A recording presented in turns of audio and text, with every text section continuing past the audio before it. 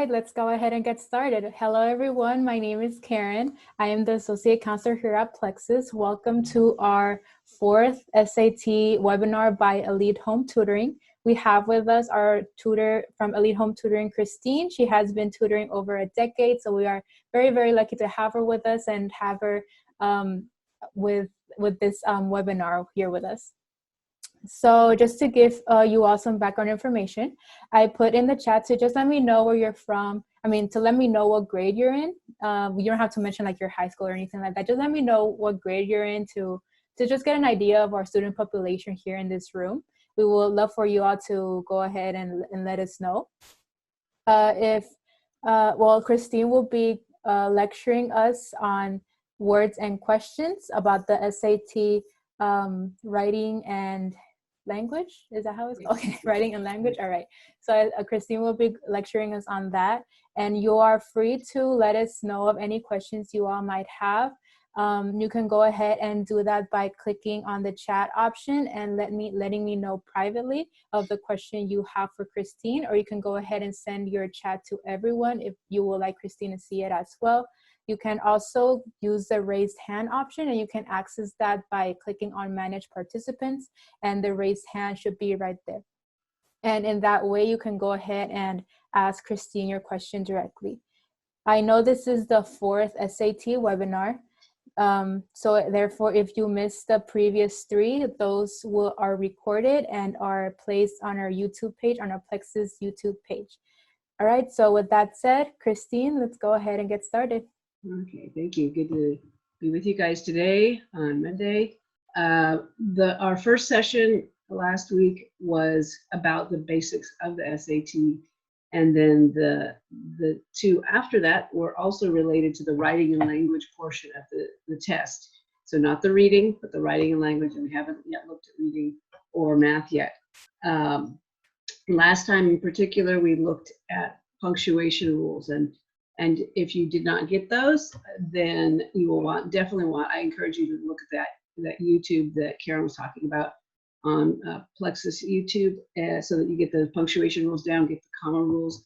We will do some practice toward the end of this session today on those punctuation questions from the writing and language section, as well as the new material that we're learning today. So you'll find that helpful to take a look at that YouTube. Let me pull up and share my screen here. Okay.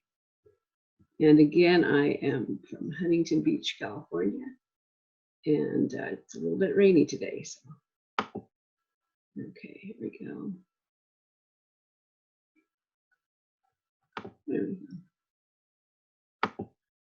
And okay, so SAT writing and language techniques. Okay, perfect. Just as a reminder, the SAT writing and language techniques is 35 minutes total, and we're looking at the detailed questions and expressions of ideas today. Some of the questions are much more detailed, and that's what we're taking a look at. Okay, awesome. Let's scroll down. Boom. Okay, general info review. There are 4 passages on the writing and language section with 11 questions each. The limit for each of the 4 passages is about 8 minutes and 45 seconds. Once you get the punctuation rules down, those should be the quickest part of the test, and then you will be able to take more time on the part that we're looking at today, the more detailed questions. So just be aware that you might run over when you're first practicing as far as time goes, but then when those punctuation rules are down solid, then you'll be able to take a little more time and still be on time by looking when looking at the questions and the transition words. Okay, basic approach again here. Compare the answer choices so you know what they're testing you on. Read actively with a purpose. Don't be passive at all. Be like you're on a sports team. I'm here to go. What's next? Number 3, which I mentioned last time, always read from the beginning of the sentence to the end of the sentence, not just an underlined portion of the writing and language. You will get tricked, and there are definitely tricks on this test because they're just testing your critical thinking skills and your problem solving skills, not just do I know a grammar rule. So how do I function? How do you function under pressure? And so one trick is to read from the beginning of a sentence to the end, and that will help you quite a bit on several, not to miss them. And number 4, use a process of elimination, POE, by looking for the wrong answers and marking them off. Can't stress this enough. It's easier to find something wrong with an answer sometimes, frequently, than to find something right. And I recommend that you take notes on this. If you don't have that pen and paper in front of you, grab it real quick and practice this while you're doing your practice test. Read your final answer one last time into the complete sentence to make sure it works.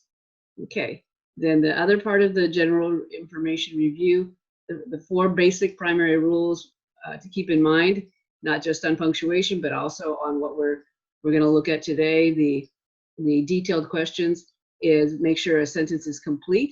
So when you get a detailed question, make sure that whatever changes you make are going to keep that as a complete sentence. Make sure it's consistent, and that's the one I put it in red because that's the most, give that most attention for the section we're looking at today about the types of questions. Consistent with the other sentences before and after. So you're going to want to look around. And then it needs to be clear and concise. Okay, there are no questions on that general overview. We'll continue. Okay. Can you see my full screen here, Karen? Let's see. Okay. Oops. Okay. Number 1, we're going to talk about questions that have not questions in them, which is, which of the following is not an acceptable answer or something. So when you're doing that, when it's a not, it's very common to forget that you're looking for the one that's not correct, and then you end up circling the one that is correct.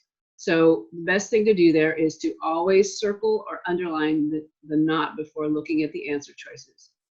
Okay, so you put a circle around it, and then when you're starting to check mark the ones that are correct, put an X or a check mark next to the ones that are actually okay to use. Now pick the right answer that's remaining, which is the one that's not acceptable. So a little thing, but it does, a lot of people make that mistake in the rush of the test, trying to get to the next question. You end up picking a correct answer rather than an incorrect answer. Okay. If there are no questions, we will continue with that. Okay, next one, and these are probably the more challenging ones on the SAT. They take a little more of your time. So they are yes or no questions, or keep or delete questions. Okay, so it might say there's a sentence and it says, should we put this in or should we not put this in? And so instead of deciding, yes, I should put this in or not, don't focus on whether or not you should answer yes or no, because only one of the explanations is going to make sense. So rather go straight to the answers and focus on the explanations or the reasons that are given. Very, very important. Test the explanations to see if they make sense and are actually true statements. Remember, only one answer will be completely 100% true. Sometimes you think, oh, that sentence shouldn't be in here, but then the explanations don't make any sense. So then you can't pick it. You say, well, these explanations don't make any sense, even though I didn't want to put this in. The explanations for my delete don't make sense. So don't be tempted by that. Just go with the explanations. And then the last bit here, remember, you may need to look at the context when checking whether or not the answer choice is actually true. Okay, so we'll practice that a little bit. You're going to need context. You're going to be, initially you'll be a little bit concerned about your time, but if you don't take the time to read the context, read within that paragraph, you'll get it wrong, and then it's a big waste of time. So just keep that in mind and don't hesitate to be a little slow at first. Okay. Next one, expressions of ideas. This is word choice. Word choice on the test. There are 4 words that mean about the same. and when you have a word choice and you have to pick which word best makes the best sense, you're going to read the whole paragraph or two to see which one flows the best in the context. So don't just say, oh, that works. You've got to read more. You got to read before and after what the word choice. And what you're looking for is it must have the same tone as the whole passage or paragraph. So you're going to ask yourself, is this paragraph or passage casual? Is it scientific? Is it someone's letter to the editor? Is it meant to be formal? Or is it meant to be super casual? So you want to try to match the tone and what sounds the most normal in that. Okay? Sometimes you won't know the meaning of all 4 words. Darn. What if I don't know the meaning of one or more of the words? What am I going to do? Well, you're going to use a process of elimination, which I said here. Process of elimination to say, well, that word doesn't make any sense. That word sort of means the same. And then you get, none of them quite make sense, but you don't want to use a word you don't know. But the other ones don't make sense. Guess what? Don't be afraid to pick that one that you don't know the meaning of. Be a little you gotta look into it a little bit more and take your time, go through the other answers a little bit more. And then don't be afraid to pick the answer that you don't know the meaning of. Okay, so that's a little trick they've got themselves there. Okay, next one. Transition words. Transition words are words like however, in addition, for example, and therefore. Read the transition word in context at least 2 to 4 sentences before and after. They are very good at tricking you on that, so be very careful about that. And then some of the words are not very common. Some of the words, put less common transition words into the words that make more sense to you while you're taking a practice test. So for example, if you get the transition word consequently, that's a little bit unused. You kind of have the idea, but if you put as a result, that's result right there. And you can hear it and it'll put you where you need to be. Okay? Or, for example, nonetheless is often used. Nonetheless can be replaced with still or even so. So nonetheless sounds kind of archaic, but even so, I know what I need to find in the other side. So you're going to replace some of those uncommon transition words with more common phrases that make sense to you. So as you're practicing, if you get one of those weird words that's not that common, put a substitute right the day you practice it and put that on a separate flashcard and have those down so that when you see that kind of archaic, antique word, you replace it with something that makes good sense to you. And of course, a word like however, you better see a contrast, but you got to read enough. So the issue there primarily is going to be that you're going to want to hurry. And if you hurry, you might get some of them, but you won't get all of them. And you're trying to maximize your score here. By transition words are still easier than some of the other things. So, are there any questions on those little bits before we? Karen, do you have any questions yet about that or for us? I have a question for you, Christine. Yeah. Yes. What is the best way to study words you don't know? At the old SAT, there were all kinds of odd words. And so there were SAT lists. There are not a lot of those odd words anymore. You could go to maybe a Quizlet and look for some, and there might be some consistency, but you do not need to take a lot of time with those. I would recommend just, if you see an unfamiliar word, write down a substitute meaning, put it on a card, and just move on. Chances are, if you see it on a practice test, you're not going to see it on an actual test. So just recognize the tricks of, okay, one word I don't know, but I don't want to put the word I don't know. Say, okay, I know it can't be those other ones. I know what those are. So I'm going to go and be bold and pick the one I don't know. And like I said, you could probably find maybe a list of 80 words on a Quizlet. for the SAT, but most of them won't require that anymore. All right. Yeah. Thank you. You're welcome. Okay. And then the last bit here is what to do if you're stuck on a question. Okay. Use a process of elimination aggressively. So when you're thinking anywhere on the test, but especially in the writing and language, eliminate anything that you know is wrong. This is also very helpful for the reading section of the test, which we'll look at next time. Because even one wrong word makes the whole thing wrong. So when you're giving explanations, so when you get stuck, be aggressive with process of elimination. And then even more importantly is read more context. Instead of like just go ahead rehashing the same thing, read a bigger portion of the test. Read another paragraph before, another paragraph after, and it'll end up saving you time. Okay. Reading more will usually solve your problem. And then the last 2 points, don't be afraid you will take too much time. If you don't read the context from the beginning, you'll end up wasting time more in the long run. And remember to practice, practice, practice, and always take notes of why you picked the wrong answer. Okay? So those things they seem pretty basic, but they're very, very important. So just keep at that. I'm going to switch to the SAT that we looked at a few of the questions last time. And while I'm doing that, again, in the chat or to Karen privately, any questions related to this, please address them now. Please ask away.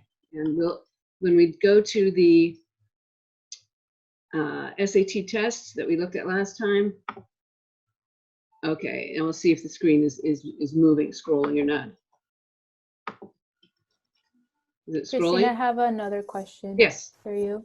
So what should students do if, let's say, they have a few minutes left to complete one section and they have to read a whole passage? What should they do? Like, what strategies do you recommend? Okay, so are you talking about for the writing and language that we're looking at right now primarily? Yeah. Okay. Well, that's a great question. So yeah, often people have 5 minutes and they're like, well, no, don't relax until you're done with the whole test.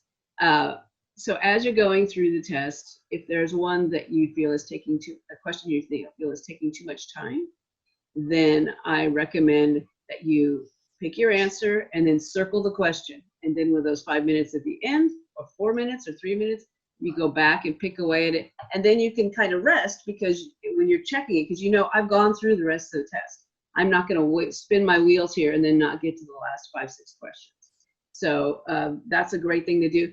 If you find as you're practicing that you frequently miss transition word questions, then those are the ones, if you don't have anything circled, those are the ones I go back and check, the ones that you tend to miss.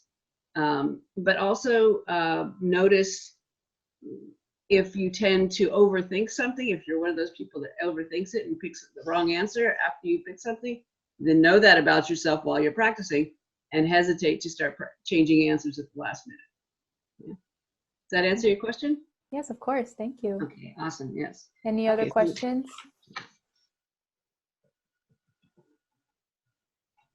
Okay, and I am wondering if this is scrolling this time, because the last couple of times it stopped scrolling.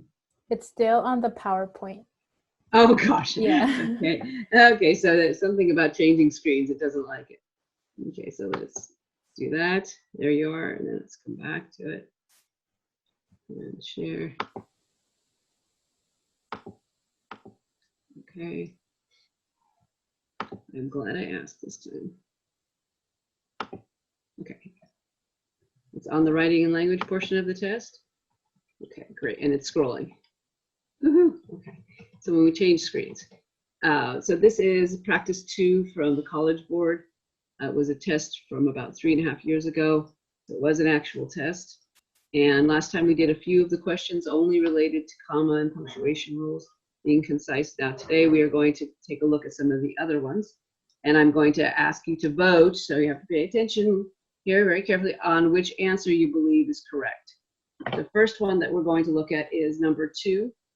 And if you look at those answer choices, you have however, consequently, nevertheless, or previously. So these are transition words. So that means we need to read before and after to see which one makes sense. And remember, however is a contrast, consequently is as a result, nevertheless, it means still, even so, that having been said. Okay. And then previously means before the fact that we just read. So those are some good solid meanings to those transition words that are not vague. So let's read before and after. Do we have a question? We have an answer. Oh. We have an answer. Well, we have two B's. Okay.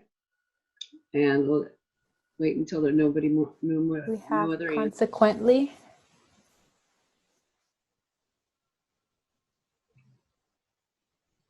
Any others? Doesn't sound like it. So yes, that is 100% correct. Consequently, as a result.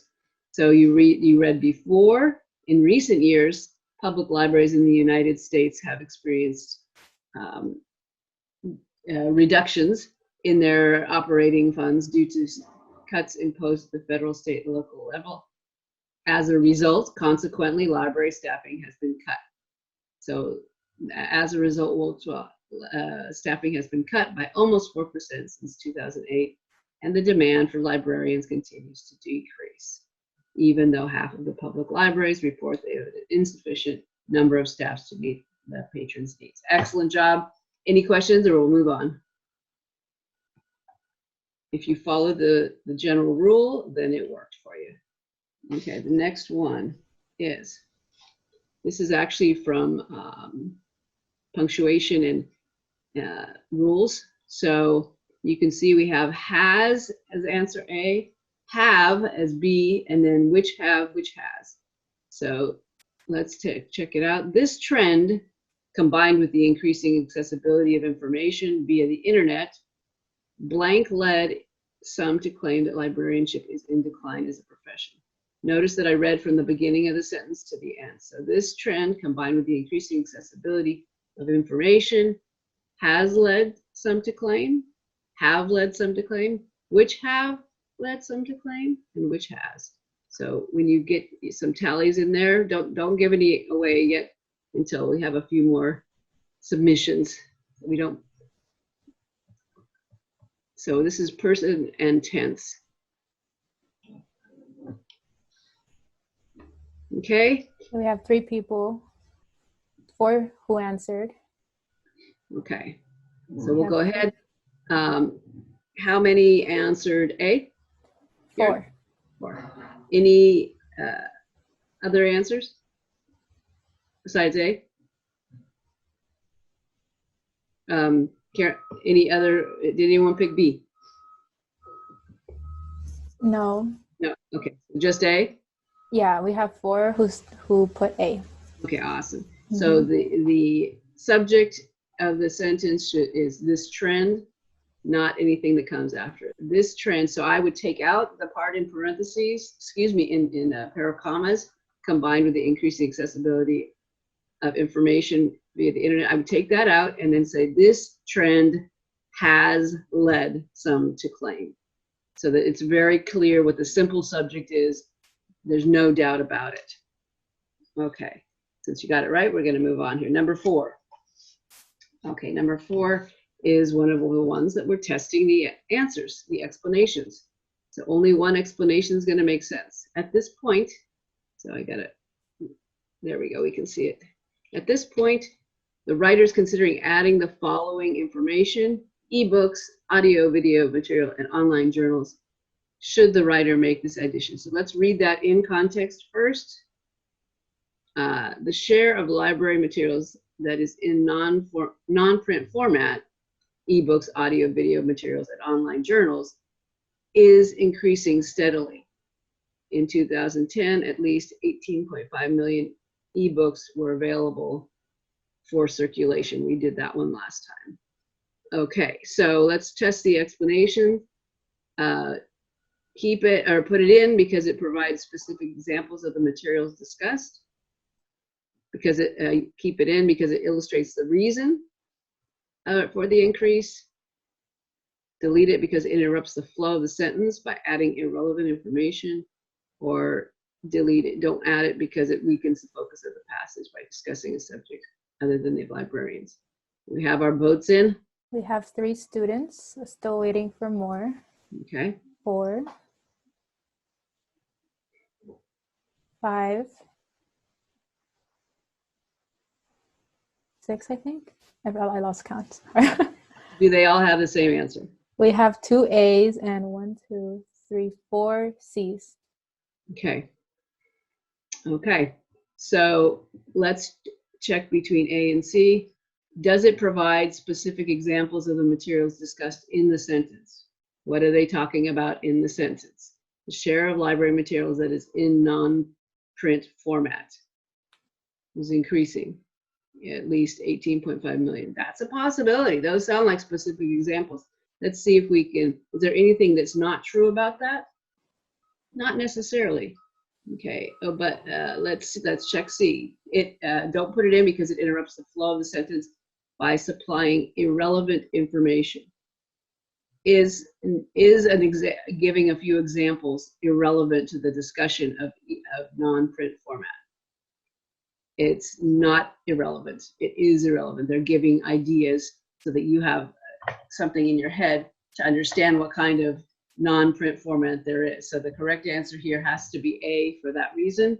Any questions about it or debate about it, since some of you picked C? It might be irrelevant, but it's not irrelevant information to that sentence. You might think it's not necessary, but it's not irrelevant, which is what they explain. Does that make sense? Yeah. Okay. No questions. No? Okay, good. Awesome. And then we did those. Okay. Next one. We're not going to do those because it takes too much time. Primary claim. Let's go with the primary claim. Okay. Here's a unique example on number 11. Which choice most clearly ends the passage with a restatement of the writer's primary claim? So that phrase, you have to, like, am I going to just search the whole thing for a primary claim? Not 99.9% of the time, I am not going to search the whole passage.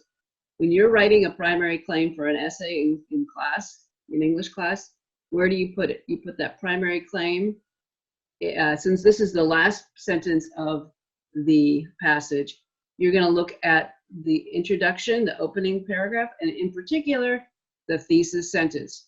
Where is the thesis sentence? The last sentence of the opening paragraph. So let's go back and zoom up to that.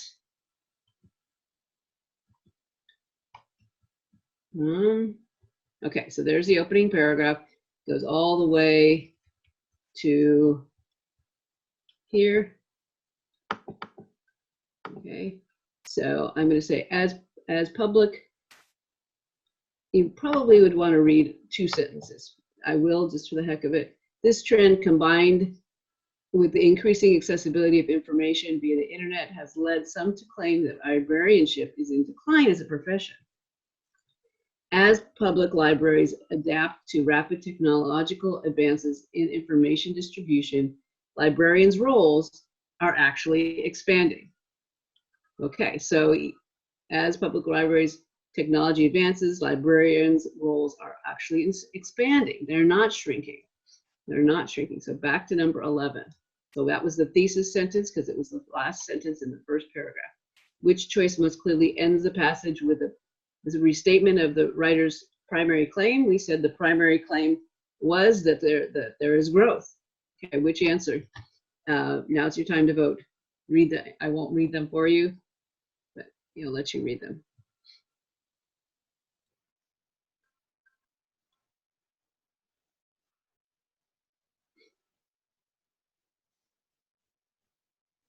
Let me know when you got them, Karen.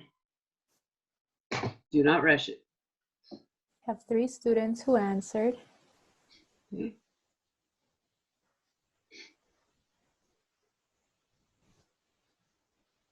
We have 4 actually, 4 students who answered.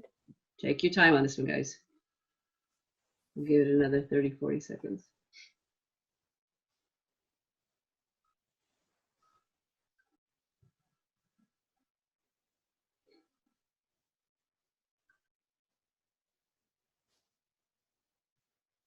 When you're ready, Karen, we can take a look at them and tell me how the votes came in. All right, more. So we have 5 students who answered C. Awesome. All right. When you look at that, you know where to look for the primary claim. Come back, piece of cake. Piece of cake. Awesome job, guys. Very awesome job. Are there any, that's all we have time for today. We will hopefully get a chance to do more of that, and we're going to look at the reading strategies next time. Our time goes very quickly. Are there any last questions? I'm happy. Open to questions.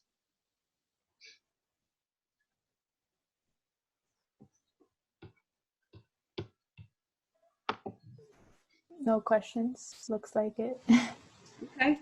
If you have questions after, you can always contact Karen one way or another and get those asked. And if you want, again, a transcript of some of the rules, then we're going to make that available to you. But you can always go back to that YouTube and check them out and write them down, and so that way as well.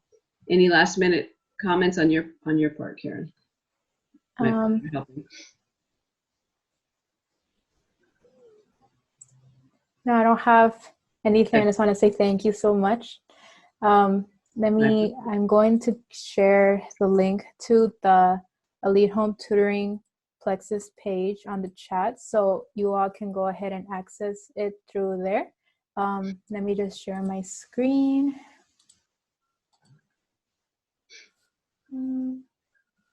Okay. So just some quick ending notes. Oh, sorry. Okay, some quick ending notes. Our next webinar will be about the SAT reading portion. It will be about strategies, and it will be on Wednesday, April 8th at 1:30 p.m. Pacific Standard Time. So that will be this Wednesday, actually. We would very much appreciate it if you downloaded our Plexuss app. If you download our Plexuss app, you'll be able to receive instant notifications. We'd also very much appreciate it if you rate it and review our app. We appreciate any feedback you are able to give us, as well as any concerns. Chat with my counselor regarding this webinar. If you have any questions regarding this webinar, or reach out about any specific journey to higher education, or any questions you might have, we are always happy to help. And of course, I shared the link on the Zoom chat. Connect with Elite Home Tutoring on Plexuss. If you have any follow-up questions you would like to let them know of, they're always happy to help as well. And also, if you weren't here in the beginning of the webinar, we have our Plexuss YouTube page. It's called Plexuss Social Media. You can go ahead and access our previous webinars there if you weren't here then. All right, so thank you very much, and thank you very much, Christine. We will see you all on Wednesday. Bye, everybody.